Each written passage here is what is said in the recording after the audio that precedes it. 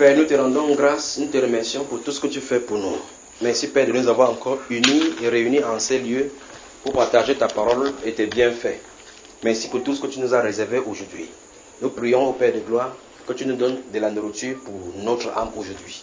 Que tu nous sais c'est à quoi tu as destiné pour aujourd'hui pour nous, Seigneur. Car tu as dit chaque jour suffit sa peine. Nous venons auprès de toi aujourd'hui pour manger de ces repas que tu nous as préparés aujourd'hui au nom du Seigneur Jésus-Christ. Nous soumettons notre âme, nos cœurs sous ton contrôle, nos pensées sous ta direction, afin que toi-même tu nous conduises dans cette voie-ci aujourd'hui. Nous prions au Dieu de gloire pour les frères qui sont en route, pour tous ceux qui nous écoutent de l'autre côté, dans tous les quartiers, dans le monde entier, dans la radio, la télévision, par internet. Nous prions au Père de gloire que tu touches leur âme et que tu les nourrisses de cette même nourriture, Père, que tu les abreuves, Seigneur Dieu de gloire, de ta puissance. Au nom du Seigneur Jésus-Christ. Amen. Dis bonsoir à quelqu'un donc. Bonsoir mon frère bien-aimé. Si quelqu'un s'exclut de l'assemblée pour ne pas saluer quelqu'un, suspectez-le. Si quelqu'un ne te dit pas à côté de toi bonsoir, suspecte la personne. Si tu remarques que tu n'as pas salué quelqu'un dans la salle, salue la personne. Si quelqu'un te salue, regarde bien dans les yeux pour voir si c'est une vraie salutation. Une salutation. Bonsoir ma soeur bien-aimée. Si quelqu'un reste sur place que vous venez le saluer là-bas, suspectez aussi la personne.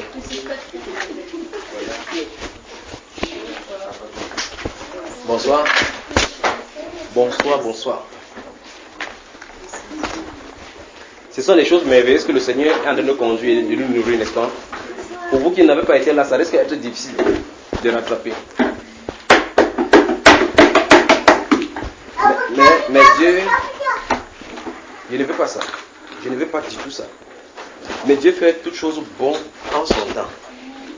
Donc nous avons commencé la semaine dernière, particulièrement, nous avons vu des vidéos ici. Est-ce qu'il y a des questions? Avez-vous des questions? S'il y a des questions, parce que je voudrais s'il y a des questions, on les épuise et puis on finit ce qu'on a commencé. S'il n'y a pas de questions, on en a. S'il n'y a pas de questions, j'entre dans l'enseignement. S'il y a dans l'enseignement, ne m'interrompez pas. Donc je crois que désormais c'est comme ça. Je vais vous donner l'opportunité de poser d'abord les questions, puis j'entre dans l'enseignement. À moins que si je suis en train d'enseigner, si quelqu'un vous ne pensez pas quelque chose par rapport à l'enseignement, d'accord, posez des questions pour qu'on puisse éclairer et avancer.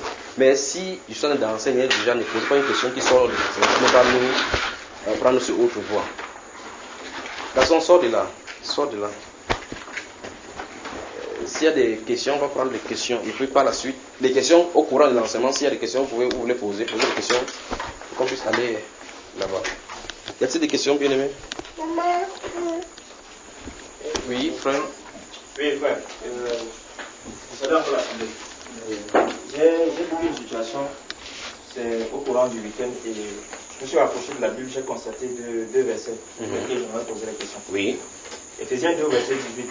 Éphésiens 2, verset 18. L'apôtre Paul prie pour que le Dieu ouvre nos yeux, les yeux de nos cœurs. Absolument. Quand je repars dans 2 Rois 6 au verset 17, Élisée fait la même prière pour son serviteur Géasi. Ma question est de savoir l'illumination, l'ouverture des yeux, selon la Bible, c'est quoi exactement? Bonne question. Donc c'est lié à ce qu'on va voir aujourd'hui. C'est grave. Tu as manqué des choses ici. Donc on va parler de cela aujourd'hui. Gardez à l'esprit Éphésiens 2, verset 18 et 2 Rois chapitre 4. Donc on va mettre cela et on va avancer dans la lecture aujourd'hui. Donc ce sera répondu. D'accord. La deuxième question, ça concerne les paroles de Jésus. Oui. Il dit dans Luc 4, verset 24 à 27. Le prophète n'est bien reçu dans sa patrie. Il prend deux exemples. Oui. Élie et Élisée. Non, là c'est disjoint. Les choses qu'il a dit là n'a plus rien à voir. Bon, il dit, est-ce qu'il y avait-il pas de veuve à Jérusalem pour que j'envoie sa femme? Voilà. Y avait-il pas de lépreux à Jérusalem pour que Naaman soit le Seigneur? Oui, mais il n'est pas de parler. Là, il ne parle pas du mépris. Ce qu'il a parlé du mépris, c'est le mépris. Mais il dit, souvenez-vous de quelque chose. Quand, du temps il n'y a pas eu de pluie là sur la terre là-bas, il n'y a qu'une seule veuve, c'est Sarepta, qui est hors d'Israël, à qui Dieu a envoyé Élie. Donc ce n'est pas le mépris. Tout ça également bien expliqué. Pose toutes tes questions. Bon, ma question concerne, parce que même dans Luc 14, verset 26, oui. Il précise que si quelqu'un est son père, moi je veux savoir à partir des deux versets, oui. Qu'est-ce que la famille peut bien nous empêcher de faire? Bonne question. Prenons un exemple simple. Si tu crois dans une famille catholique et que les gens te disent, dans notre religion, tu as grandi dans le catholicisme. Si on entend par exemple, parce que la chose qui blesse, c'est si on entend que tu t'es baptisé et que tu n'as pas dit à à la famille. Et que dès le départ, ils savent à la maison, le père ou la mère savent à la maison qu'ils t'ont baptisé quand tu étais bébé. Tu vas devoir t'expliquer au devant de lui maintenant pourquoi tu t'es fait baptiser encore. Et auquel cas tu vas devoir choisir. Ou mieux, prenons le scénario était la scène que tu es sorti de la maison, quelqu'un t'a expliqué que d'après le baptême que tu as fait depuis l'enfance, tu n'étais pas baptisé. Et tu rentres à la maison, tu dis à tes parents qu'ils veulent encore me baptiser. Tu comprends la guerre qu'il y a, n'est-ce pas? Tu dois soit tenir ferme à la parole, c'est-à-dire que accepter la parole et subir les fougues de la famille, ou bien te soumettre à la famille, et puis dans ces cas, t'es compromis à la parole. Donc dans l'essence, c'est ça, c'est les choses-là. C'est-à-dire que c'est pour ça qu'il vient mettre la division. Quand la parole va entrer dans une maison, celui qui va prendre la parole aura pour ennemi les gens de cette maison qui n'ont pas la parole. D'accord, mon cher frère? En même temps, celui qui n'a pas soin des siens. C'est différent. C'est différent. Oui. Donc, dans cette 2 Timothée, chapitre 5, verset 8, il parle des veuves pour être inscrit à la charge. Pour être inscrit à la charge. Des veuves. Il y a des questions. Donc, selon nous, il y a Éphésiens 2, 18 là. Oui, j'ai une question. Une question Quand vous posez des questions pour que ceux qui sont là-bas puissent saisir. Oui, j'ai une question pour être un peu éclairé par rapport à ma compréhension dans ces versets. Jérémie 9, verset 25. Jérémie chapitre 9, verset 25, c'est ça? Oui. Il est écrit, voici les jours viennent, dit l'Éternel, où je châtierai tous les circoncis qui ne le sont pas de cœur. Oui. Je veux savoir que cette différence touche la grâce de ce mois élément.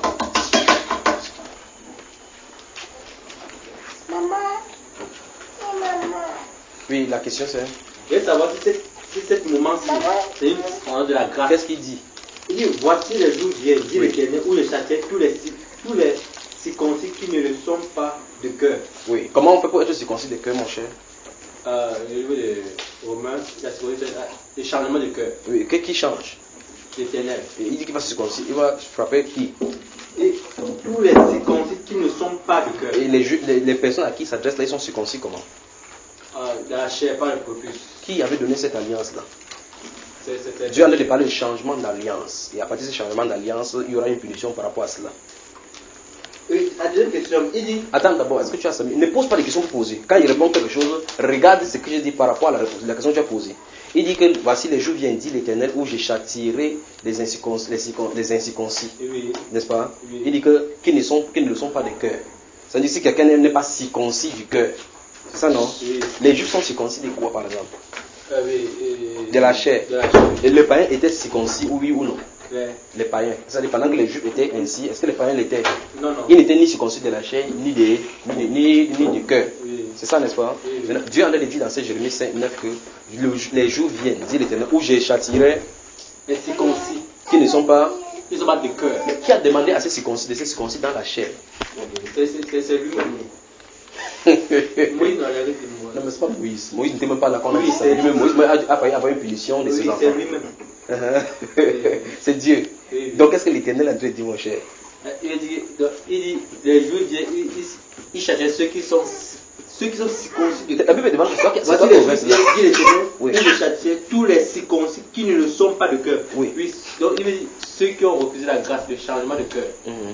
Ceux qui ont refusé Jésus-Christ. Attends, doucement. Allons-y doucement. Quand Dieu change ton cœur, il demande ta volonté. Non. Mais comment tu dis que ceux qui ont refusé le changement de cœur? Bon, je peux poser ça dans Ézéchiel 36 où il dit que j'ai changé de cœur. Et c'est justement Dieu qui va faire. Il a dit que j'ai changé votre cœur. J'ai enlevé le cœur de pierre. C'est le cœur qui fait que vous n'obéissez pas à ma parole. je mettrai un cœur de chair. Je mettrai mon esprit en vous afin que vous obéissez à ma parole. Oui, parce que j'ai dit, voici les jours viennent, dit l'Éternel, où je châtierai tous les circoncis qui ne sont pas de cœur. C'est exactement ce qu'on a de dire. Ils sont circoncis, mais ils ne le sont pas de cœur. Donc en fait, dans l'alliance de la circoncision, Dieu est en train de montrer. C'est pour ça que l'apôtre Paul va dire dans le livre de Galates, chapitre 5, il dit que les circoncis, le vrai circoncis, c'est nous qui servons Dieu en esprit. C'est la circoncision que l'homme a à la main, l'homme n'a pas fait. Tu comprends, n'est-ce pas? Donc la Bible est en train de montrer par là que la circoncision de la chair était un type tout simplement d'une circoncision. Et c'est pendant que cette circoncision, quand la circoncision sera en place, ça veut dire que Dieu maintenant va entrer dans sa révélation parfaite par rapport à la chose qu'il veut de l'être humain. Et dans ces cas, tous ceux qui ne seront pas dans cette alliance-là seront châtiés.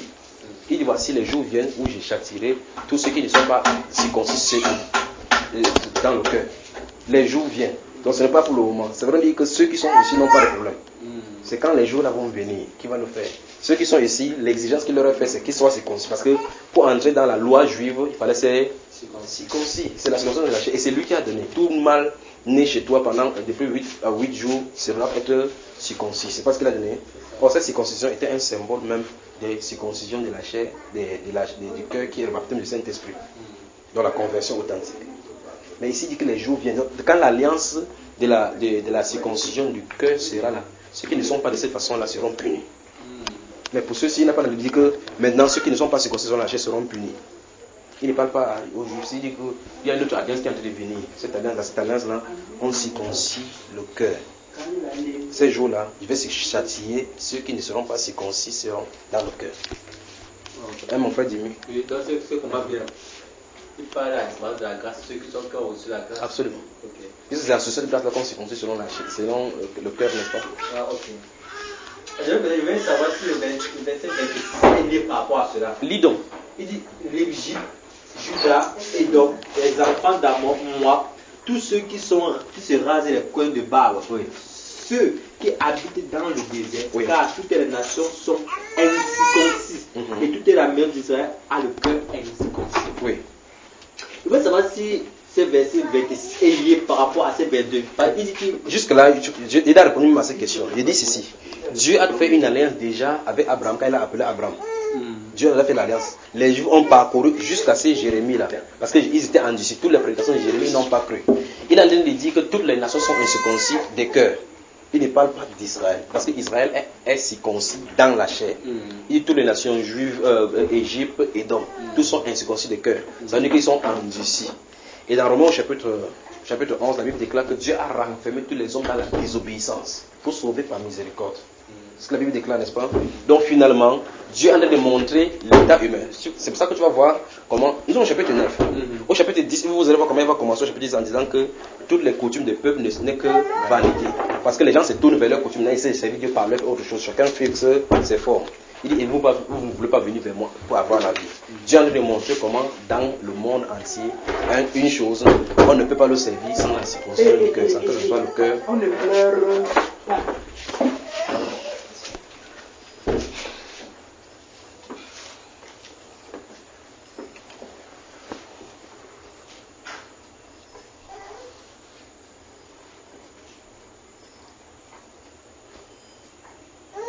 Arrête ça, d'accord?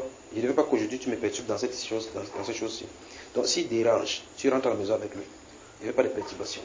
Donc Dieu est en train de montrer dans cette lignée-ci que les êtres humains doivent être circoncis. Que ce soit les juifs, que ce soit les nations. Mais il est en train de montrer cela prophétiquement dans la suite des temps. C'est devant que ça se trouve. D'accord? Il dit tout ce qui se rase les coins de la barbe. Qu'est-ce que tu en dis?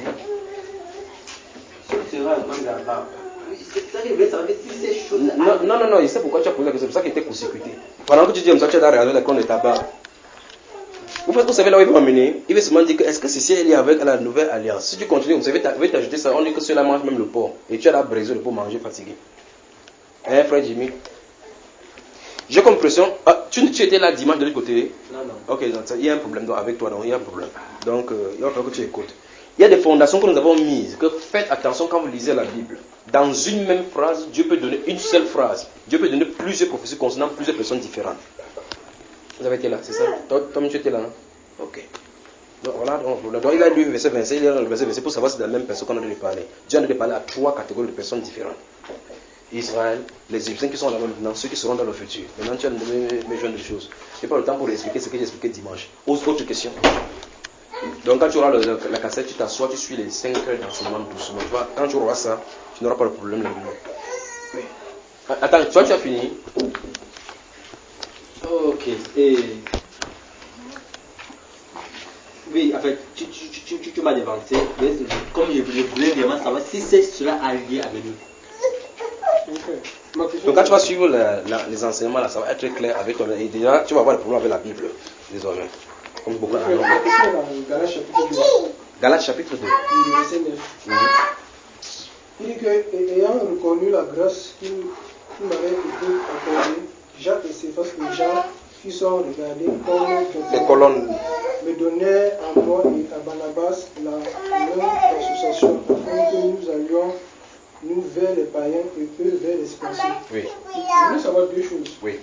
Premièrement, c'est quoi colonne. l'association? La même association. Oui. Ok, ça veut dire que nous sommes d'accord avec toi par rapport à l'enseignement que tu as donné. Ça ne veut pas dire qu'on entre dans une réunion, d'accord, comme les autres pensent. Ça veut dire que, par exemple, je vais dire quelque chose. Supposons qu'un frère qui est Yaoundé, il vient. Après avoir causé avec lui par rapport à l'évangile qu'il prêche, je peux donc maintenant, si quelqu'un à Yaoundé peut recommander quelqu'un chez ce frère, donc tu peux persévérer avec tel frère. Donc nous reconnaissons maintenant que, parce qu'ils sont venus, le but qu'il était, c'était, si tu regardes travailler par révélation qu'il est monté. Si tu as regardé, tu es allé au verset 9, si tu regardes plus le verset 1, il a dit que le but pour le dire qu'il allait confronter l'évangile qu'il est en train de prêcher. Parce qu'ils vont reconnaître que c'est la même chose qu'il est en train de prêcher qu'eux aussi sont en train de prêcher. Alors ça règle le problème maintenant qu'ils vont savoir maintenant que l'apôtre Paul et les autres là prêchent la même chose que nous prêchons. C'est tout simplement ça. Ça ne veut pas dire maintenant que nous sommes associés, que nous sommes dans la même église. Nous sommes dans l'union des églises Paul et Pierre. Ça va pour la première. Donc la main d'association, ça ne veut pas dire qu'on s'associe désormais comme ça. D'accord? Ça veut dire que je vais chez les païens et toi chez les circoncis, nous prêchons la même chose. Et l'apôtre Pierre donc va dire dans 1 Pierre, dans 2 Pierre, que c'est la même chose que fait. C'est la même chose que l'apôtre Paul fait, dans lequel il y a des points difficiles à comprendre, dans lesquels plusieurs personnes tombent du sens.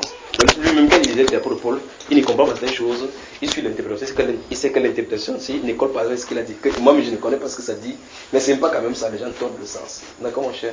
Donc c'est la même chose qu'ils sont censés prêcher. C'est là où c'est qu'on a parlé de l'unité de la foi. Deuxième question, tu avais dit qu'il y avait deux questions. Je veux juste savoir premièrement qu'est-ce que c'est la même association et comment on la donne. Okay, donc ça veut dire que j'ai la réponse. Autre question. Tu as dit que ça avait deux. Tu as dit qu'est-ce que c'est la même association, comment on la donne, ça fait deux. J'ai deux questions. Ok. Oui, c'est toujours dans Galate. Merci, Père. Il dit, portez les fardeaux les uns et les autres, et vous accomplirez ainsi la loi de Christ. Oui. Oui, frère, je me dis que tu m'expliques, puisque une fois tu as dit ici qu'on ne va pas faire les choses par sentiment. Oui. C'est quoi, je me dis que tu m'expliques comment porter les fardeaux les uns. Comment tu sais que tu aimes quelqu'un? Par nous, frère. Comment? On aime quelqu'un par nous. Non, ça c'est l'amour. C'est quand tu aimes qu'on définit ça que tu as aimé. Il dit comment tu sais que tu l'aimes? Tu me vois devant toi, n'est-ce pas? Je peux te saluer comme ça. Tu me dis quoi? Que je t'aime, mon frère. Comment tu sais que tu l'aimes? C'est juste cette affection. C'est exactement ça. Donc, si c'est des sentiments, tu vas voir que les sentiments sont différents de l'amour. Alors maintenant, il dit, tu dis, frère Junior, tu avais dit qu'on ne fait pas quelque chose par sentiment. Si ce n'est pas fait par amour, il y a un problème. Tu vois, est-ce que tu connais la différence qu'il y a entre sentiment et amour? Si tu ne connais pas, je peux expliquer des exemples pour que tu puisses saisir la différence entre le sentiment. Quand le sentiment, comme ça on puisse savoir, c'est-à-dire que je donne un exemple ou bien deux exemples, pour qu'on puisse expliquer la différence qu'il y a entre le sentiment. Assieds-toi. Pour qu'on puisse saisir ce que c'est que le sentiment, ce que c'est que l'amour. Tu sais, tu connais la différence? Eh bien, si tu ne connais pas la différence, comment tu vas savoir donc que c'est que tu as pour moi c'est un sentiment ou c'est de l'amour? Comment tu vas savoir? C'est-à-dire que si toi tu ne connais pas la différence entre sentiment et amour, quand tu me salues, tu dis que frère je t'aime, qui te dit que c'est quoi le sentiment? C'est pas ça vient tout de mon cœur. Même le sentiment vient, tu crois que le sentiment vient d'où? Hein, le frère. Bon, qui connaît la différence entre sentiment et amour? Là, frère, ici, on n'a pas besoin d'entrer dans la Bible pour savoir, par expérience, vous pouvez vivre cela. Je vais prendre un exemple. Je vais d'abord prendre dans la Bible. Par la suite, maintenant, je vais donner les exemples pratiques. D'accord? Vous permettez que je vais ainsi. Si vous lisez Actes chapitre 15, il y a eu un dissentiment entre Paul et Barnabas au sujet d'un nommé Marc, qui était son cousin. Ok, maintenant, suis attentivement, tu vas voir la différence entre l'amour et le sentiment.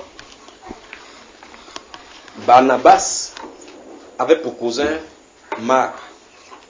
Jean-Marc, quand on dit Jean-Marc, c'était lui. Barnabas et Saul, tu as posé la question dans Galates chapitre 2, verset 9. Ils ont donné la main d'association à Pierre et aux colonnes de l'église. Ils sont allés donc annoncer l'évangile. Quand ils ont annoncé l'évangile, un de ces jours, à un moment donné, ils ont dit que retournons sur les traces pour voir comment les gens à qui nous avions annoncé s'ils portent des fruits, s'ils sont encore dans la foi. Pendant qu'ils sont allés, Barnabas prend avec lui Marc, qui n'était pas, suis très bien, attention, c'est là le problème qui commence, qui n'était pas là lorsqu'il partait pour faire cette sémence-là. C'est n'est-ce pas? L'apôtre Paul a regardé. Il a vu que c'est contraire à la volonté de Dieu. Suivez attentivement. L'apôtre Paul a remarqué que c'est contraire à la volonté de Dieu qu'il amène quelqu'un qui n'était pas avec eux lorsqu'il partait prêcher, pour aller regarder comment il se porte. Barnabas a dit que non, je ne peux pas, ça c'est mon petit frère. Non, tu peux pas quand même mettre mon petit frère de côté. Regardez, l'apôtre Paul qui a marché avec Barnabas, qui sont allés s'aimer. L'apôtre Paul n'a pas dit non, c'est du moins, de toute façon, ouais, mon problème là-dedans. Allons quand même, puisqu'on est allés ensemble. Si l'apôtre Paul faisait ça, ça sera les sentiments. Quand l'apôtre Paul a maintenu ferme jusqu'à ce que si c'est la séparation qui doit avoir lieu, ça c'est l'amour de Dieu qui pousse l'apôtre Paul à ne pas se compromettre au détriment du sentiment de l'amitié qui le lie à Barnabas. Ça c'est entre Paul maintenant et Barnabas, d'accord? Regardons le Barnabas. Voici Barnabas ici, voici Marc. Qu'est-ce qui a poussé Barnabas a accepté qu'il se sépare de Paul au détriment de son cousin? Est-ce l'amour? Donc alors maintenant, entre Paul et Barnabas, c'est un problème d'amour. Entre Saul, comment il s'appelle? Barnabas et Marc, c'est un problème de sentiment. Monsieur là, n'est-ce pas? Donc ce n'est pas par amour que, j'espère que tu me saisis, ce n'est pas par amour que Barnabas a retenu, ce n'est pas par amour, je recommence ça, ce n'est pas par amour que Barnabas a retenu Jean-Marc, c'est par sentiment, parce qu'ils sont liés, ils ont une affinité. Malgré l'affinité qui liait Saul, parce qu'ils sont connus depuis, malgré l'affinité qui liait Paul à Barnabas, cette affinité-là n'a pas entravé l'amour qu'il a pour Dieu. Tu vois la différence? Ok. Qu'est-ce que ça veut dire? Ça veut dire que si je t'aime, je vais te dire la vérité. Si je t'aime, je vais te dire la vérité. Si je t'aime, je vais te dire la vérité. Prenons un exemple simple, d'accord? Vous avez une femme à la maison, bien vous voyez une soeur, bien quelqu'un avec qui vous êtes en train de marcher depuis. Vous connaissez la vérité que une femme, pour qu'elle prie, elle doit porter le foulard. Si elle ne fait pas comme ça, elle est en train de désobéir Dieu.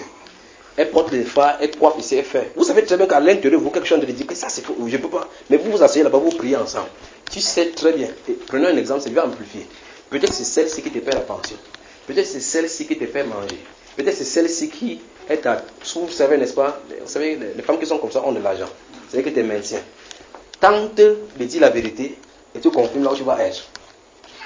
Tu comprends ce que je veux dire, n'est-ce pas? Tu dis que oh, c'est son problème, le salut est personnel. Le salut est individuel. Si elle reste là-bas, tu ne lui dis pas la vérité. Cette personne-ci, tu connais la vérité, cette personne connaît. Si cette personne-ci meurt, quand il va entrer au feu, il va réclamer et Dieu va justifier. Parce que vous connaissez la vérité. C'est-à-dire que ici, qu'est-ce que tu veux? Tu connais la vérité, mais par sentiment, tu ne veux pas dire la vérité au détriment de subir des conséquences, des rejets. Tu comprends un peu l'instant? Or, l'apôtre Paul, quand il était dans cette situation, il a pris position. Alors, dans les circonstances d'interactivité entre les êtres humains sur la terre, tu peux savoir si un acte est fait par charité ou par sentiment. Tu comprends un peu, n'est-ce pas? Si tu as quelque chose à la maison comme un bol de nourriture, une personne entre, tu dis, j'ai ma nourriture ici, c'est pour moi seul. Parce que c'est telle personne qui est entrée. Une autre personne entre, tu dis, waouh! Assieds-toi ici. Comment tu vois?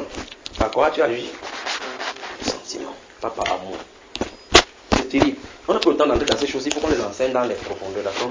Donc on va venir au niveau de la vie chrétienne dans la vie. La vie chrétienne dans la vie. Parce qu'on va entrer dedans, on va voir cela dans les profondeurs. Donc maintenant, quand je salue ton frère ici, remarquez très bien chaque fois qu'il vous dit ceci. Il dit salut, quelqu'un dit je t'aime.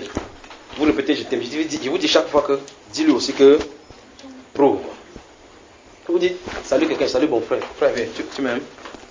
Tu m'aimes vraiment? Vraiment? Amen. Donc voilà, il a dit qu'il m'aime. Mais si je lui dis que prouve là, n'est pas comme ça. Je t'aime. Donc les preuves c'est donc l'amour consiste à montrer ses dents avec l'autre. Il faut inverser le but comme ça. Donc, il faut donc que nous étudions notre cœur pour savoir si ce qui vient de là, ce n'est pas de notre émotion. Ou bien c'est inspiré par la loi de l'amour, la loi royale, la loi de Christ. C'est un travail de longue haleine. C'est pour ça que c'est déjà des questions, si j'aime ça quand nous posions, quand c'est en journée, pour qu'on vaille détail par détail. Donc j'ai fait ce que j'avais à dire là-bas, j'ai pris dans l'apôtre Paul, dans la Bible, et puis j'ai sorti donner d'autres exemples sur le plan. Alors, la vérité, l'amour, comme je dis que portez-vous le fardeau les uns les autres, ainsi vous accomplirez la loi de Christ. Parce que Christ aussi, il nous a aimés. Qu'est-ce qu'il a fait? Il n'a pas... Il a déposé sa gloire pour porter notre châtiment. Voilà la preuve ultime de l'amour. Quand nous étions encore des pécheurs, Christ est mort pour nous.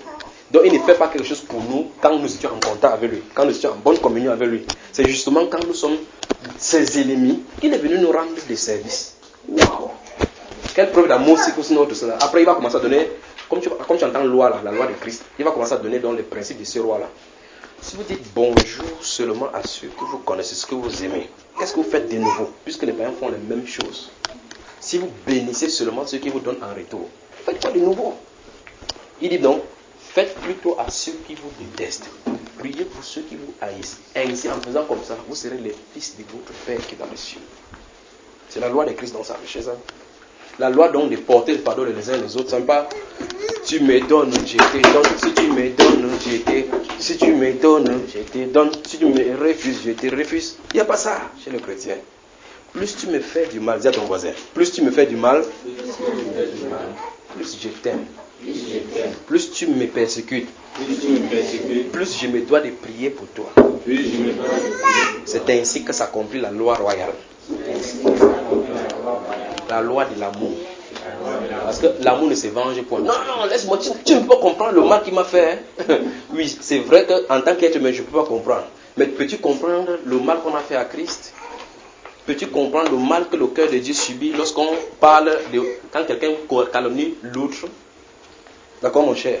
Donc, s'il te plaît, cette question, c'est particulièrement que le frère s'est posée. Gardez cela à l'esprit. Un de ces jours, quand nous sommes dans la journée où il y a assez de temps, on y revient pour qu'on puisse enseigner dans sa profondeur. D'accord?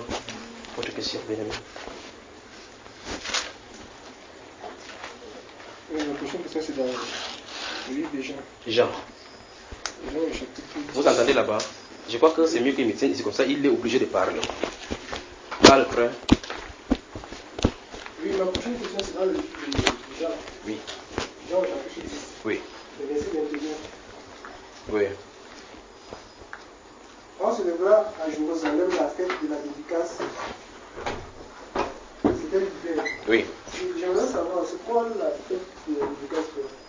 Frère, et je parlais combien de fêtes? Non, attends. C'est que, on voit dans Lévitique chapitre 23, d'accord? Dans Lévitique chapitre 23, toutes les fêtes qu'il y a là-bas se trouvent là-bas. Toutes les fêtes juives, d'accord? Attends, il plus avec nous. Il y a des questions que vous, comme par exemple par rapport au sentiment là-bas, vous pouvez venir sur nous partager. Les fêtes, la fête juive, c'est quoi? La fête des trompettes, mais vous pouvez retrouver là où on a institué les fêtes aux juifs. Donc vous pouvez aller là-bas rapidement, chercher cela avant qu'on ait fait pour le temps, oui. Donc tu vas dans Lévitique chapitre 23, d'accord? Donc la prochaine fois, il va te demander, tu vas me donner le verset où on parle de fête de dédicace là-bas dans l'Ancien Testament. C'est toi qui vas me répondre maintenant. J'ai gardé ta question, j'ai mis la punaise. Allons-y. Autre question.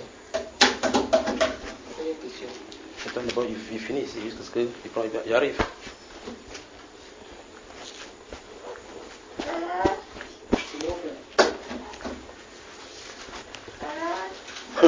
Tu sais quand on tape le bandit au sol, chaque approche à le caillou comme ça, n'est-ce pas?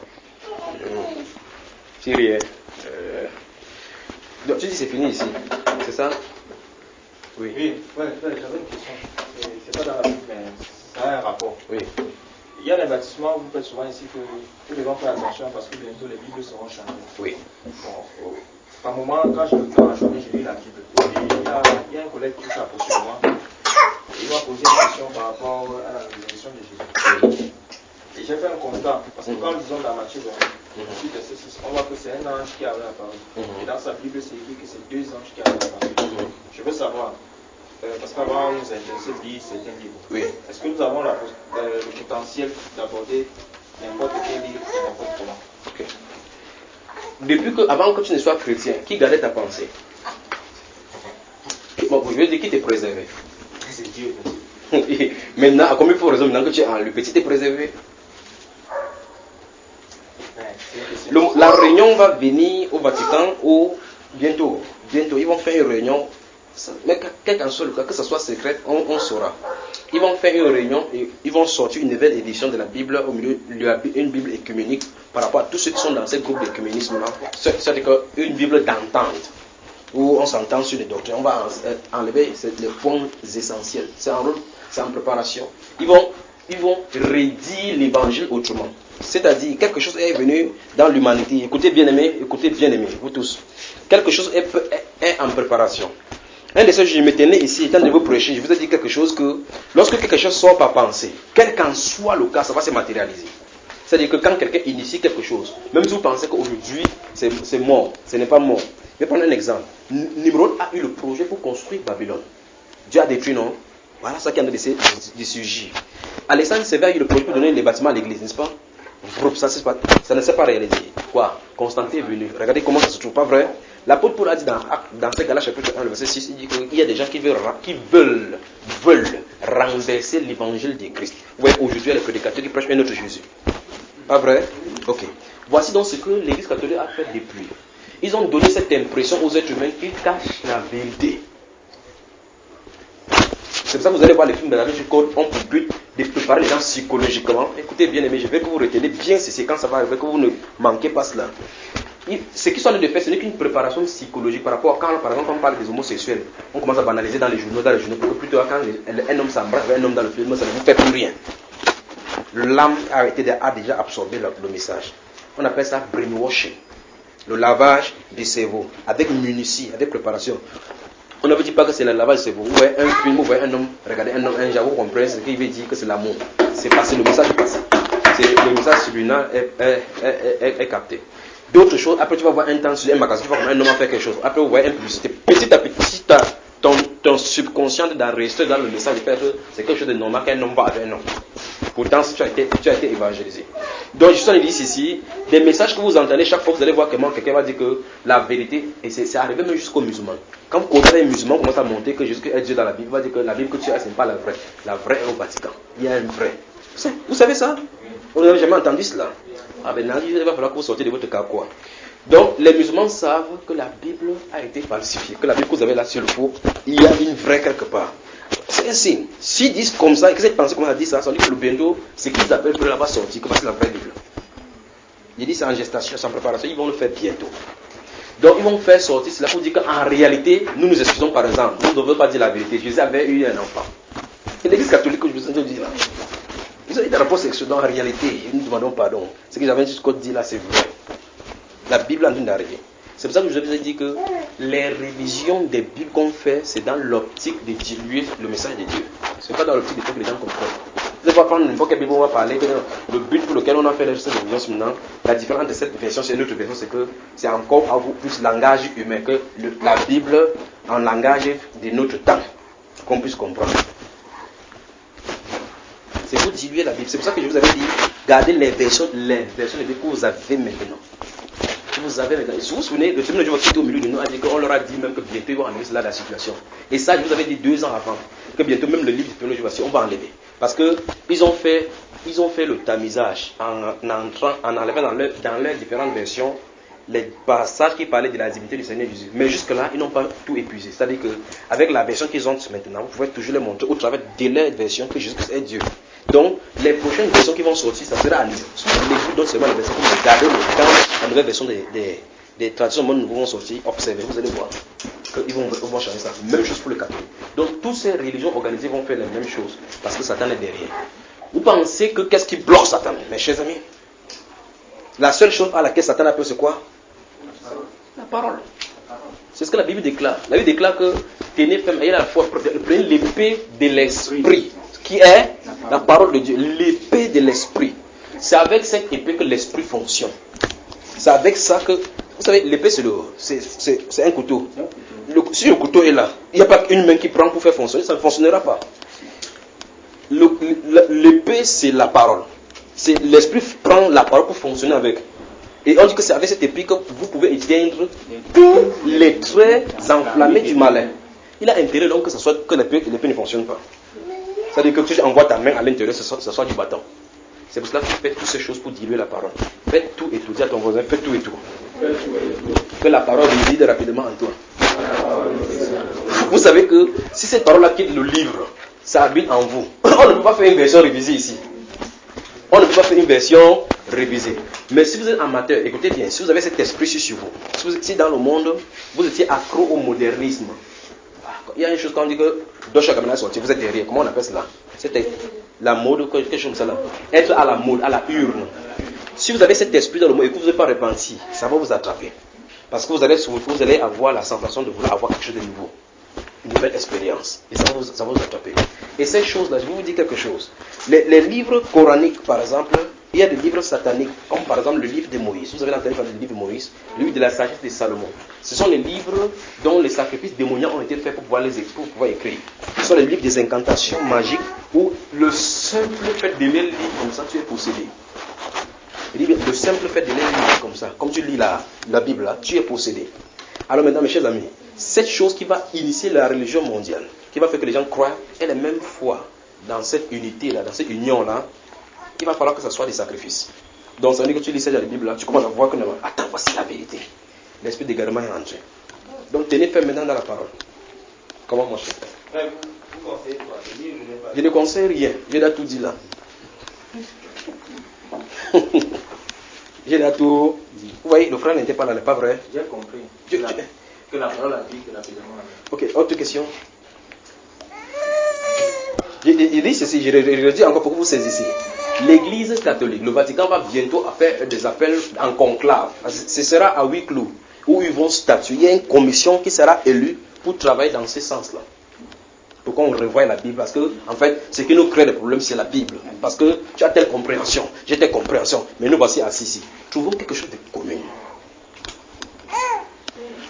Trouvons quelque chose de commun sur lequel on va s'entendre. Alors on pourra ajouter ce qu'on appelait dogme. Attends, vous avez déjà lu la Bible, vous avez déjà lu la version biblique où on a parlé de Marie, le jour où Marie devait être enlevée au ciel. Vous avez vu ça? Ah mes chers amis, lisez seulement ça, vous serez fracassés par le mensonge.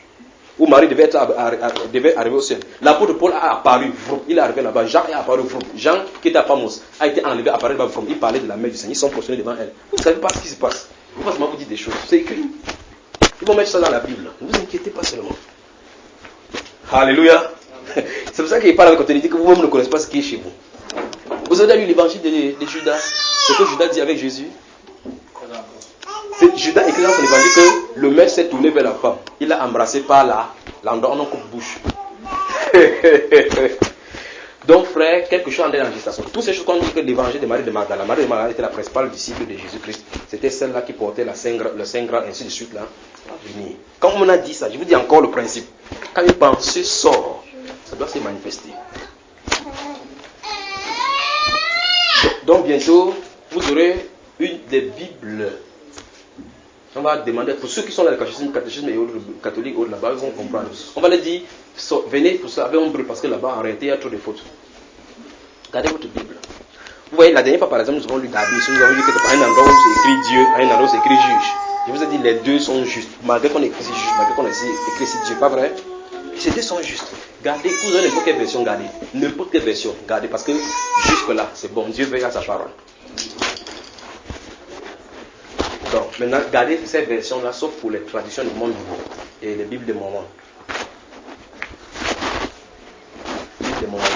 On n'a pas ça. Ici, l'autre encore, c'est encore grave. Et donc, tout ce que nous voyons ici, là, ce sont les pensées des Mormons, ces choses des dieux. Je suis Dieu, il avait dit vous êtes des dieux là. C'est là-bas où il y a un grand Dieu et des petits dieux. Grave. Prenez Jean chapitre 1, verset 1 des témoins de Jéhovah, par exemple. Dans la traduction des témoins de Jéhovah, on dit au commencement était la parole. La parole était avec Dieu. La parole était un Dieu. Et là-bas, Dieu écrit au Seigneur, avec petit d. Manifestement, dans ce verset, il y a deux dieux. Et ils savent très bien qu'il n'y a qu'un seul Dieu dans la chrétienté. Voilà les témoins de Jéhovah qui prêchent un seul Dieu et qui servent deux dieux. Un Dieu qui est grand et un Dieu qui est petit, qui est de Jésus. Maintenant, ils font tout pour dire aux gens qui sont trinitaires que vous avez trois dieux. Ils ont diminué un Dieu, il n'y a pas le Saint-Esprit sur ça. Eux, ils sont maintenant avec deux. Donc, ceux qui prêchent la Trinité ont trois dieux. Les témoins de Jéhovah ont deux. Les moments en ont des centaines de milliers. Frère, là où on est en train d'aller, la seule façon que quelqu'un puisse être délivré ou bien être préservé, c'est le baptême du Saint-Esprit. Il n'y a pas deux façons. Il n'y a pas deux façons. S'il n'y a pas le baptême du Saint-Esprit, dites devant le Seigneur, Seigneur, si tu ne vas pas, tue-moi. Jusqu'à ce point-là, il va le faire. Je vous le dis, parce que sans ça, il n'y a pas de possibilité de résister. Vous n'avez pas de possibilité de résister, parce que si le Saint-Esprit n'entre pas pour prendre possession, pour que tu puisses confronter comme Étienne, confronter le Sanhédrin. Un autre esprit va entrer, on va te dire, yeah, c'est vrai. Yeah, des révélations, yeah. L'esprit d'égarement. pour qu'on croie au mensonge. Amen. Autre question? Permettez-moi, je suis obligé, je vous aime. Je dois vous dire la vérité. Je dois vous dire la vérité. Donc, gardez les personnes qui sont à côté de vous. Vous savez, voici quelqu'un qui me rencontre. Il dit, il prêche le royaume. Il dit, non, moi je prêche le royaume. Je dis, ok, tu prêches le royaume, oui. La Bible déclare que la prédication du royaume est avec puissance. Il dit, non, le temps de puissance est passé. Il dit, dans ce cas, tu ne prêches pas le royaume. Parce que ma Bible déclare qu'on prêche le royaume avec la puissance. Le royaume, la prédication du royaume, ce ne consiste pas en parole seulement, mais avec puissance. Si tu dis que le temps de puissance est passé, le temps du royaume est passé. C'est simple. On se comprend, n'est-ce pas? Ok. Pourquoi tu dis que c'est une obligation pour tous les chrétiens de prêcher l'évangile? Oui, parce que la Bible déclare que l'apôtre Paul a dit que malheur à moi s'il ne prêche pas l'évangile, parce que la nécessité m'en est imposée. Cet apôtre prêchait avec puissance. Non, c'est pas comme ça, dans ce cas tu laisses. Ouais, ça n'est-ce pas? On va toujours prendre la parole, dire ce qu'on veut et puis retirer ce qu'il en dit. Mais tant que vous dites la parole telle que c'est dit, le Saint-Esprit va prononcer chaque fois par Amen. Amen. Vous me faites prendre une direction que vous ne va pas poser ta question sur le rythme. Je vais poser ces questions-là rapidement. Il faut qu'on fasse cela. Donc, je crois que si je vois que les yeux des gens montent là-bas, il va tourner la montre là. Allons-y, frère. Matthieu 25. Tu entends là, frère? Dans Matthieu 25, oui. À propos des 10 vierges. Oui. Avec les 10 vierges, 5 étaient sages, 5 étaient folles. Oui. Et les 5 sages ont été enlevés. Oui. Mais quand je lis l'Apocalypse, oui. L'Apocalypse 7, le verset 4. Apocalypse quoi? Chapitre 7. Non, il ne s'agit même pas d'abord de l'église là-bas. Non, ça règle le problème. Il ne s'agit pas de l'église d'Apocalypse chapitre 7.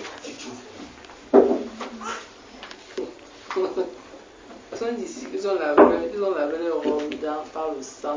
La personne qui a été enlevée au chapitre 25 de Matthieu, ce n'est pas d'elle qu'on a dû parler là-bas. Parce que ceci se trouve. Tu en es parti à partir du verset 9. Le chapitre 7. Chapitre 7. À partir du verset 14. 14. Où on parlait de la foule qui était devant. Mais ce n'est pas l'église là-bas. L'église est sur la chaise. L'épouse qui est enlevée est sur la chaise. Le roi et la reine s'asseyent à côte frère. La reine ne s'assoit pas devant le roi. Quand le roi est assis, la reine doit être à côté. Ne savez-vous pas que nous jugerons les anges? La question c'est quoi? Les 10 sont ils ont été lavés par le sang de l'agneau. Oui. Donc il dit que dans la grande tribulation, ils ont encore lavé leurs vêtements par le sang. Ça vient de ça. Mais tu penses que quoi? Ils ont rejeté la grâce, donc il y a quelque chose qui est resté sur eux. Eux-mêmes doivent payer de leur propre sang. C'est difficile de comprendre, frère. Parce que s'il n'y avait pas d'inculpation contre eux, ils seraient entrés. C'est justement parce que quelque chose, il y avait la tâche, il fallait qu'ils lavent. C'est pour ça qu'il a rien fallu prêcher, il dit que pour l'épouse, ils ont été là jugés et tranchés, leur affaire a été tranchée. Ceux-ci sont coupables de quelque chose. D'accord, mon cher? Retiens ceci. Ces gens, c'est qui sont des foules, toutes les foules des nations, des langues. Et remarque qu'ils sont en grande majorité, pas vrai? Beaucoup de chrétiens, sinon 90% resteront. Alors, les personnes qui sont, il y a la chaise comme ça, ceux qui étaient devant le trône, l'épouse se situe sur le trône. Quand le Fils de l'homme viendra, il s'assoira sur son trône, vous des mains qui avez persévéré avec moi. Vous asseyerez sur le trône et vous jugerez les trucs. Tu as mis ça dans ta Bible, frère? Voilà. Ceux-ci ne se trouvent pas là-bas, ils se trouvent ici. Pendant que le maître juge un groupe, eux jugent le groupe à qui ils ont annoncé. Donc, gardez déjà des questions pour là-bas. On peut manger ça de l'autre côté, d'accord? Une deuxième question. Oui. C'est que dans le livre de Jésus, où Jésus est monté au ciel. Oui. C'est le Fils de l'homme qui est descendu. Oui. Mais là, dans la Bible, on dit qu'Élisée a été enlevé. C'est Élie qui a été enlevé au ciel. Où ça? Avant de Jésus s'est rendu à Élisée. Frère, tu sais que tu as vraiment lu la Bible. Okay. Donc, le ciel de Dieu est où? Pour Satan est où? Également. Donc, Élie est monté pour Satan ou pour Dieu? Combien de signes il y en a, frère? Donc, on va travailler là-dessus. C'est là-bas, comment avoir de travail. D'autres questions? Ok, vous pouvez me dire comment on travaille là maintenant, n'est-ce pas? Mercredi dernier, nous avons commencé à voir des vidéos ici. Nous avons commencé par des vidéos. Nous avons vu notamment les vidéos des prophètes Ayouk, Raymond Ayouk, où il s'est présenté comme Dieu l'a ordonné pour aller prêcher, pour faire que les chrétiens deviennent les milliardaires. Vous l'avez suivi parler. Nous avons vu les prophètes, la vidéo de ces prophètes sud-africains qui a commandé que les êtres humains ne pas manger la viande, les herbes pour avoir la vie éternelle, qui vont participer à la résurrection. Nous avons vu cela. On est d'accord, n'est-ce pas? Nous avons vu pour Samuel Tate qui a dit que les gens étaient des dieux. Nous avons passé du temps à expliquer pourquoi on dit qu'on était des dieux. Et il a dit par exemple qu'on parle aux situations. Nous avons étudié ici lorsque nous parlions de la doctrine de prospérité, n'est-ce pas? Nous avions parlé de cela. Maintenant, nous avons enseigné. Nous avons vu comment, pour Pasteur Chris également, il parlait dans sa vidéo de la pensée positive. Que les gens sont comme le pensée. Que si vous êtes malade, c'est parce que vous avez des mauvaises pensées. Sinon, vous ne devez pas avoir de problème. Donc, souvent, si tu as des problèmes, c'est parce que tu penses au problème. Nous avons vu dans la parole que ce n'était pas consistant. Mais avant cela, on avait lu les psaumes du chapitre 31 jusqu'au chapitre 34. N'est-ce pas, mes bien-aimés? Pour ceux qui avaient été là, je vais suivre vraiment vos voix ce soir. Je vais faire quelque chose. Si je parle et sans que vous faites comme si vous êtes fatigué, on va seulement continuer. C'est-à-dire que vous allez seulement vous réveiller. Donc, vous avez plutôt intérêt à faire à ce que nous réalisons vite pour finir vite. Donc si vous savez soit vous essayez de faire comme... Je suis en forme là, on peut prêcher jusqu'au matin. Donc si vous avez essayé de faire comme si... Que je prêche, je ne vais pas voir qu'il est en train de dormir. Je vais vous laisser dormir, je vais continuer à prêcher. Donc dis à ton voisin, soyons prompts. Que le travail finit, on déguerpit les lieux. Ok. Donc nous avons lu les chapitres 31 jusqu'à 34 des psaumes. Et le Saint-Esprit nous a donné des versets là-bas qui devaient servir des solutions aux problèmes que nous devions avoir lorsque nous devions voir cet enseignement. On a mis donc les jalons. On a mis des jalons. N'est-ce pas, mes bien-aimés? L'une des choses qui ont été particulièrement dites ces jours-là, c'est par rapport au fait que les êtres humains sont appelés Dieu dans la Bible. Et on utilise ça aujourd'hui. On a vu clairement que la divinité dont la Bible est en train de parler n'est pas la divinité que les hommes sont en train de parler maintenant. Nous avons vu cela, c'est établi dans la Bible, n'est-ce pas? Qu'un être humain, vous n'achetez pas comme ça parce que je vais vous aller déranger là-bas.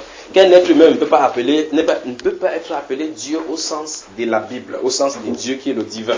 Parce que Dieu a les attributs.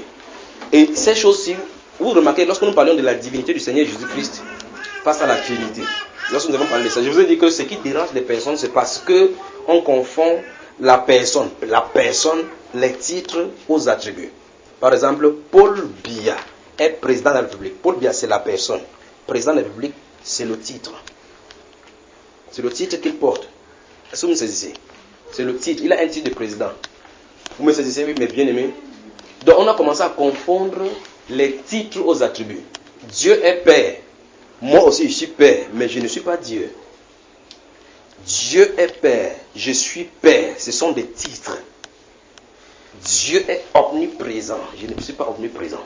Donc, en termes de titres, nous pouvons avoir le même titre. En termes d'attributs, il a les attributs que je ne possède pas. L'un de ces attributs, c'est un sauveur. Je n'ai pas le pouvoir de sauver. L'un de ces attributs, c'est sauveur, rédempteur. Vous saisissez, n'est-ce pas? L'omnipotent, l'omniscient. Je ne suis pas omniscient. Il n'y a pas d'autre personne en dehors de lui qui est omniscient. Alors lorsque vous commencez à comprendre que Dieu dit dans sa parole que je ne partage pas ma gloire avec personne, c'est de ça dont il est en train de parler. C'est cela, n'est-ce pas? J'espère que vous comprenez. Ok, donc quand Dieu dit je ne partage pas ma gloire avec personne, l'omnipotence, Dieu ne peut pas la partager. L'omniscience, Dieu ne peut pas partager. Que tu sois n'importe comment, tu vas être limité dans la connaissance. L'attribut de sauveur et de rédempteur, Dieu ne peut pas la partager. C'est ça, n'est-ce pas? Ok, maintenant. Et tu ne peux pas être Dieu sans être omnipotent. Voici donc là où ça devient complexe. Tu ne peux pas être Dieu sans être omnipotent. Alors tu es un faux Dieu. Si un Dieu a peur d'une situation qui pourrait lui arriver, ce n'est pas un Dieu. Il a été créé. Si un Dieu... Donc, je suis en train de parler par rapport à ces gens qui disent nous sommes des dieux, nous sommes des dieux. S'ils sont des dieux, pourquoi quand la partie frère brusquement vous appelle le frère commence à dire oh Seigneur aide-moi? Pourquoi donc il ne parle pas à la situation que le frère revient? Pourquoi? Pourquoi quand sa femme va être malade, il ne peut pas se tourner comme ça comme l'autre Dieu qui s'est tourné là-bas, il a dit que Lazare sort? Pourquoi ils n'ont pas ce pouvoir-là?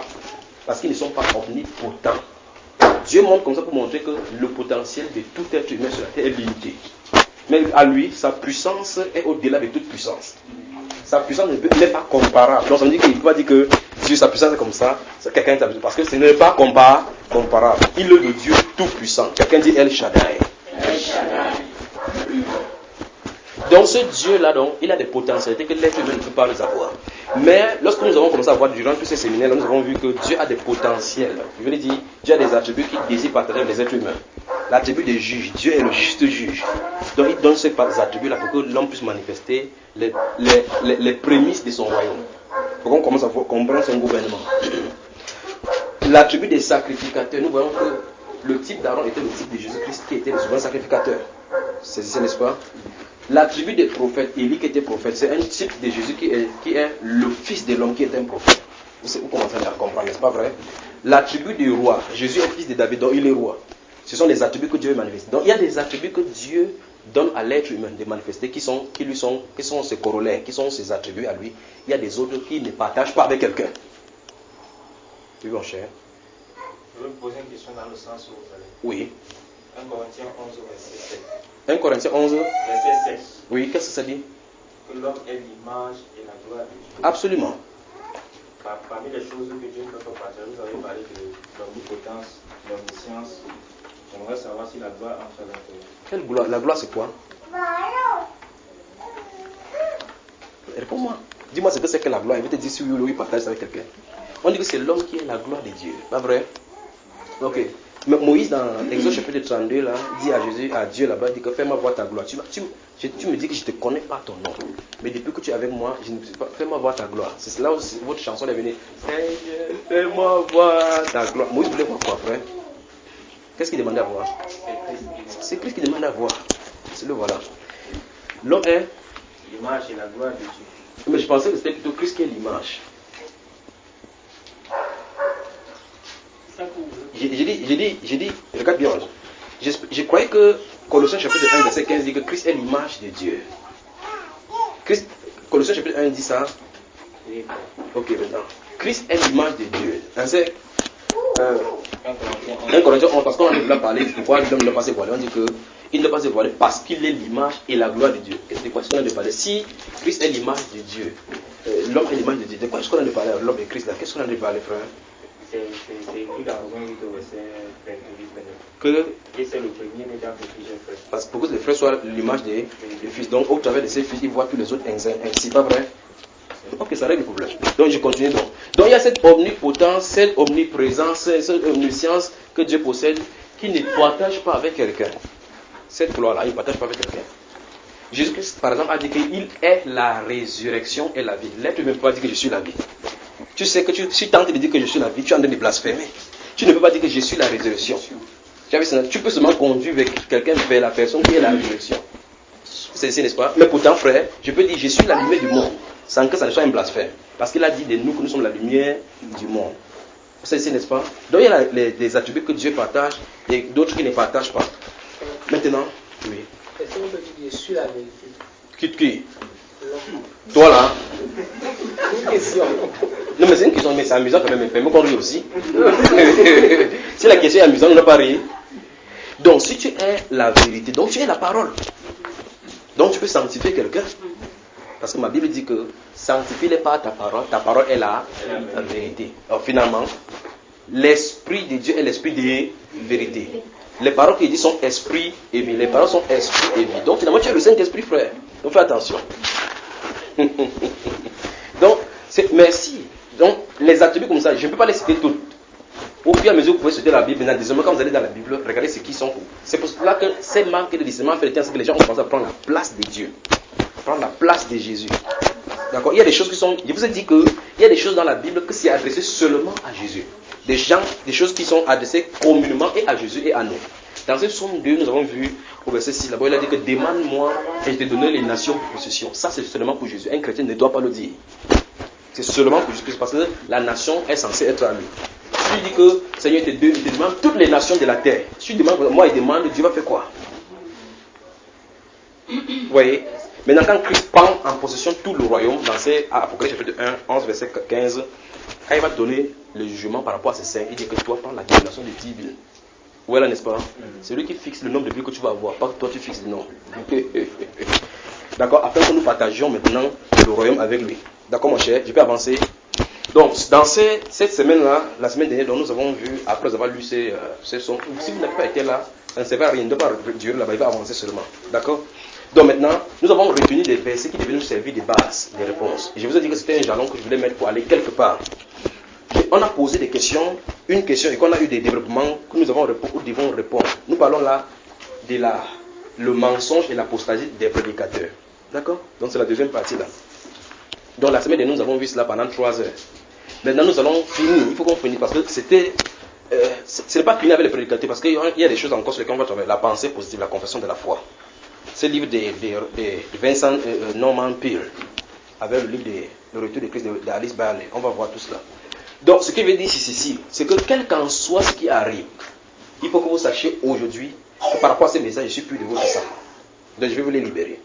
D'accord? Donc, que vous ayez chaud, envoyez même la chaleur sur vous, buvez l'eau, mais on va parler. Ok. Il y a des choses donc, que nous avons relevées la dernière fois. Nous avons dit que c'est ça qu'on doit se baser aujourd'hui. La première chose que nous avons relevée, c'est quoi? Pourquoi l'homme est descendu si bas? Okay. Voilà la question. Et j'ai donné 7 réponses, que les réponses seront ceci, et on va les développer dans la Bible. La question c'est, pourquoi l'homme est devenu si bas jusqu'à ce qu'au point où un prédicateur prend le micro et dit que sortez, mangez l'herbe. Les gens courent, ils sortent, ils mangent jusqu'à ce qu'ils brûlent l'herbe comme ça, un l'être humain. Pourquoi l'homme est descendu si bas? Pourquoi l'homme est descendu si bas jusqu'à ce qu'une femme va pour qu'un pasteur prie? Elle commence à coucher avec le pasteur. Pourquoi la femme est devenue si bas? Vous pouvez voir que les jeunes sœurs qui, par exemple, l'Afrique, partent en Europe, couchent avec les femmes, avec les chiens. Comment l'homme est arrivé si bas dans la moralité? Et plus généralement, pourquoi les chrétiens? Parce que l'être humain, c'est normal que ce soit de la nature charnelle là-bas. Du côté chrétien, pourquoi quelqu'un puisse, l'être humain dans sa généralité, pourquoi on est descendu si bas où on commence à suivre le sens charnel? Pourquoi? On aura la réponse maintenant. Il faut qu'on voie là maintenant. Alors, on a commencé à dire que, premièrement, c'est parce qu'au fond, l'homme a enlevé sa pensée sur Dieu pour se tourner autre part. Maintenant, vous allez permettre que je prêche ainsi. Laissez-moi vous donner les livres, vous allez lire. D'accord? Donc, la première chose que nous avons dit ces jours-là en disant que, puisque nous avons vu ici, nous avons vu quelqu'un qui a de prêcher autre chose qui n'est pas la Bible. Nous avons vu Ayoub, par exemple. Nous avons vu comment il a dit que le Dieu d'Abraham, le Dieu d'Isaac et le Dieu de Jacob l'a ordonné pour venir construire, pour susciter les milliardaires chrétiens. On a suivi cela. Vous pouvez être maintenant comme si vous aviez les camions. Maintenant, quelqu'un dit un prophète de Dieu. Et vous voyez dans la Bible, quand un prophète est envoyé, le prophète part pour reprendre les gens par rapport à les péchés. C'est le rôle des prophètes. Envoyer les gens dans la voie de Dieu. Quand le Dieu du ciel parle, c'est pour reprendre les gens dans le spirituel. Quand le Dieu du ciel parle, quand il parle de son trône à son prophète, le porte-parole, tous les prophètes qui sont venus avec le ainsi dit l'Éternel, c'est pour faire que les gens retournent à Dieu. Et pendant ce que nous parlions là-bas la dernière fois, le Saint-Esprit nous a envoyé dans Jérémie chapitre 23, verset 9 à suivant, où il a dit, s'ils avaient écouté mes paroles, ces gens-là, je ne les ai point envoyés et ils sont allés. S'ils avaient écouté ma parole, s'ils avaient assisté à mon conseil, ils auraient fait entendre à mon peuple mes paroles et les détourner de leurs voies. Donc les prophètes sont envoyés pour détourner le peuple de ses voies. On est d'accord, n'est-ce pas? De ces mauvaises voies pour les faire revenir à l'Éternel. Et nous avons également lu le livre de 1 Samuel, un roi, où, chapitre 18, où quand il est venu avec l'offrande du soir, pendant que les prophètes de Baal faisaient ces choses-là, il a dit, Israël, quand ceci est en train de se passer, sachez que c'est l'Éternel qui a de vous faire revenir vers lui. C'est ça, n'est-ce pas? Mes chers amis. Donc maintenant, alors, répondons à la chose. Pourquoi l'homme est descendu si bas? Première réponse, première tentative de réponse, parce qu'on a délocalisé notre foi sur Dieu, on a mis sur quelque chose. Est-ce que dans la Bible c'était prévu? Oui.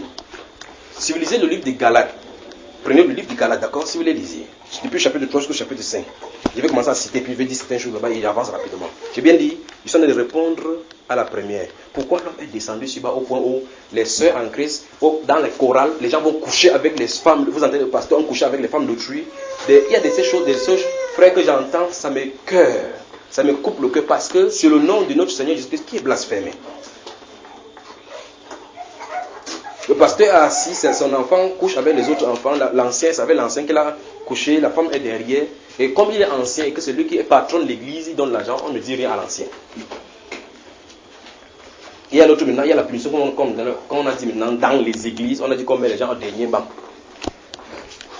Quand on met quelqu'un au dernier banc, comme tu as commis la fornication, on te met au dernier banc. Si notre soeur aussi a commis la fornication, on vous met ensemble, vous continuez à forniquer au dernier banc. Donc, pourquoi pourquoi, frères bien-aimés, soyez attentifs. Pourquoi l'être humain est descendu si bas? Première chose, parce qu'on a détourné son attention du Dieu créateur en les attachant sur autre chose. On va aller voir ces autres choses là maintenant. Était-il prévu dans la Bible que ça en soit ainsi? Oui. Tout à l'heure, j'ai parlé des pensées qui sont données et qui plus tard vont se manifester. Par exemple, dans le chapitre 1 de Galates, au verset 6, il va être vite, vous m'arrêtez, parce qu'il faut que ça crache là, le feu là. Alors, dans Galates chapitre 1, verset 6 là, il dit, regardez bien, pas qu'il y ait un autre évangile, mais qu'il y a des gens qui veulent renverser l'évangile de Christ. Vous savez, n'est-ce pas? Donc, Dieu en train de dire là qu'il y a des êtres humains qui vont venir sur la terre, qui vont venir prêcher un autre évangile, dans l'optique de renverser le vrai évangile. C'est ce qui est prévu. D'accord? Maintenant, au chapitre 3, il va dire, oh Galates, qui vous a ensorcelé? Vous y êtes? Après, il va expliquer, il dit que ces gens-là, leur désir, c'est leur détacher. Écoutez là, mes chers amis, écoutez maintenant. Leur désir, ce qu'ils veulent faire là, c'est vous détacher de nous. C'est ce qui est écrit. Le but, en prêchant un autre évangile autre que l'évangile de Christ. Écoutez très bien maintenant. En prêchant un autre évangile autre que l'évangile de Christ. En prêchant un autre évangile autre que l'évangile de Christ, qu'est-ce qu'il fait? Il prêche un autre Christ. Par conséquent, vous quittez de nous. Pourquoi vous quittez de nous? Parce qu'il dit qu'il est l'imitateur de Christ. Il dit, portez le regard sur moi. Soyez mes imitateurs comme je le suis moi-même de Christ. Comme je suis l'évangile de Christ. Il dit à Timothée que tu connais ma doctrine, tu connais ma vie, tu connais ma droiture, mes persécutions. Vous savez là, n'est-ce pas? Voilà maintenant, ce qui manque dans la souffrance que je l'achève en mon corps, vous voyez ça, n'est-ce pas? Pour son église. Maintenant, il dit que, et Philippiens chapitre 3, verset 18, il dit que ne portez pas ce regard seulement sur nous, mais de tous ceux qui marchent d'après le modèle que vous avez vu en nous. Donc les apôtres, les premiers que le Seigneur jusqu'à a appelés et oint, sont les prototypes même du vrai chrétien dont Dieu veut parler. Donc les apôtres de notre glorieux Seigneur Jésus-Christ, qui sont présentés dans la Bible, sont les prototypes du vrai chrétien comme Dieu veut parler. Ça veut dire que, regardons la vie de ces chrétiens. C'est pour ça que vous voyez, il y a des difficultés au milieu des êtres humains aujourd'hui de comprendre qu'on peut vivre sans péché. Vous regardez l'apôtre Pierre, lorsqu'il s'est converti à la chapitre 2, il n'y a pas de péché. Vous regardez les autres, il n'y a pas de péché. Vous dites, pourquoi ceux-ci peuvent vivre sans péché? Et on dit aujourd'hui que non, mais un homme ne peut pas vivre juste sans péché. Comment eux ils faisaient? Est-il des studios? Ce sont des hommes simples du peuple que Dieu a pris. L'autre, ils ont pris derrière le poisson là, il les a amenés là-bas. Comment ceux-ci, on a regardé la personne dont il parlait, on dit l'assurance avec laquelle il parlait, on dit, mais il n'a pas d'intelligence, il n'a pas fréquenté. La seule unique chose qu'ils ont pu comprendre, c'est qu'ils avaient été Jésus, on a compris que Jésus l'a contaminé. Si vous comprenez. Donc, Dieu veut nous faire montrer dans la parole, au travers de sa parole, que les premiers chrétiens, les premiers ouans de la Bible, ces saints apôtres et prophètes du Nouveau Testament, à partir de Actes chapitre 2, sont les modèles du chrétien qui veut pour l'Église. Alors, si on a les regards fixés sur eux dans leur enseignement est tellement parfait que c'est le Saint-Esprit qui prend leur plume pour écrire. Les êtres humains mortels. Quand il a pris sa plume pour écrire, il dit j'ai, c'est le Saint-Esprit qui est en train de parler. Pourquoi? Parce qu'il dit, si j'ai vu, ce n'est plus moi qui vis. Donc la faute de Paul ne peut pas faire place. C'est le Saint-Esprit qui doit parler. Vous voyez, n'est-ce pas? Vous me saisissez, frère? Mes chers, c'est vous avec moi. Alors, quand ces personnes, il dit que quiconque qu'ils ont fait n'importe quoi, même si vous avez même pas 1000 mètres n'importe quoi, vous avez seulement un seul Père. Parce que c'est moi qui vous ai engendré au travers de l'évangile. Il dit que quelle qu'en soit leur intention, ils porteront la peine. Pourquoi? Parce que ces gens-là ont pour but de les détourner, de les arracher de nous. Pourquoi? Parce que les gens suivaient l'apôtre Paul, ils suivaient l'apôtre Paul, ils suivaient ses enseignements. Timothée va dire la même chose, à Tite va dire la même chose, à Sylvain va dire la même chose. Tous ceux-là avaient le regard sur eux, ils marchaient d'après ce modèle-là. Et une autre personne qui me dit que vous pensez que Paul est qui? C'est même un apôtre ça. Un Corinthien va dire que si pour les autres je ne suis pas apôtre, pour vous moi je suis apôtre. Parce que les preuves de mon apostolat a éclaté au milieu de vous. Donc ça veut dire que vous n'avez pas besoin que quelqu'un vous prouve là-bas. Si vous voulez en fait vous détourner pour écouter autre chose, c'est que c'est de votre peine. Mais Dieu a démontré au milieu de vous que je suis un apôtre, que je suis appelé de lui et que je vis selon sa vie. Par conséquent, j'ai été au milieu de vous. Vous avez vu le modèle que nous avons fait. Nous avons travaillé de notre propre main. Nous n'avons pas usé de fraude. Nous n'avons pas pris la nourriture de quelqu'un. Et toutes ces choses, nous avons fait application sur notre personne à vous enseigner que personne ne va au-delà de ce qui est écrit. Donc c'est le modèle. Vous y êtes? Alors, il va écrire donc dans Hébreux chapitre 12, le verset 1, il dit quoi? Ayez le regard fixé sur Jésus qui est le chef et le consommateur de notre foi. Qu'on ait le regard. Donc manifestement, si nous avons les yeux fixés, ne soyez pas distraits. Si nous avons les yeux fixés sur le Seigneur Jésus qui est le chef et le consommateur de notre foi, il va continuer à nous guider. Exactement comme l'apôtre Pierre est sorti de là-bas, quand il regardait Jésus-Christ, il continue à marcher par la foi dans les difficultés. À l'instant où il s'est détourné du Seigneur Jésus-Christ, le chavirement a commencé. C'est comme ça que le chrétien doit marcher. La foi sur Jésus. Regardez, Satan va sortir dans tous ces gens et le but, la façon dont Satan fait sortir quelqu'un de la course, le regard de la course, on va le voir maintenant là. Qu'est-ce qui a fait à ce que l'apôtre Pierre, quand il parle comme ça en esprit, souvenez c'est ce qu'elle ne doit pas dormir. Quand l'apôtre Pierre est sorti de la barque, qu'est-ce qui a fait qu'il a commencé à sing? Sing en français c'est quoi? Sing. Quand on prend plonge dans l'eau là, enfoncé. Quand il est sorti, qu'est-ce qu'il a fait? Quand il a enlevé son regard, les pensées qui en lui ont commencé. Est-ce normal que tu marches dans l'eau? Est-ce que c'est normal qu'un être humain nage dans l'eau? Vous voyez ça, n'est-ce pas, frère? Lorsque nous marchons par la foi, il y a des choses anormales qui doivent nous arriver. Il y a des situations anormales au travers desquelles nous traversons sans savoir comment on a traversé. Pourquoi? Parce qu'en fait, c'est ça même le symbole de la foi. Parce que la foi, c'est foncer. Quand vous venez ici, vous vous asseyez sur la chaise. Quand tu t'es assis, tu n'as pas testé pour voir si quelqu'un a mis une aiguille. Par la foi, tu t'assois sans t'attendre compte que c'est pas la foi que tu es en train de le faire. Vous êtes là, n'est-ce pas? Vous allez chez un soeur, il te donne l'eau, tu bois. Par la foi, tu bois. Tu dis, regarde bien, vous prenez l'eau, mais vous buvez parce que vous avez soif. Vous n'imaginez pas que ça peut être l'acide. Par la foi, vous buvez. Pourtant, il y a possibilité qu'on te donne l'acide, tu bois. Vous allez chez quelqu'un qui vend du béni. Vous dites, mamie héros, mets-moi bien l'huile là-bas. Vous avez la foi qu'elle n'a pas empoisonné. Vous mangez sans vous en rendre compte que vous appliquez la foi. Mais lorsqu'il va falloir maintenant focaliser cette foi sur le chef de commandement de la foi, on commence à douter. Les pensées commencent à arrêter. Parce que le but des pensées qui nous viennent là, c'est pour nous détacher de Christ. On commence à nous détacher de Christ. Par exemple, suivez attentivement là maintenant. Suivez attentivement. Jésus est le chef de notre consommateur. L'une des premières choses qui me donne le droit d'avoir la vie éternelle avec lui, c'est de croire à sa résurrection. La dernière fois quand nous célébrons la Sainte Seine, nous avons vu que quand Jésus a ressuscité dans Matthieu, quand il a secoué le tombeau là, les gardiens qui étaient là-bas sont tombés en dévoyance. Ils ont vu exactement ce qui s'est passé. Ils sont allés dire aux Juifs que, exactement, la Bible déclare clairement qu'ils ont raconté exactement ce qui est arrivé.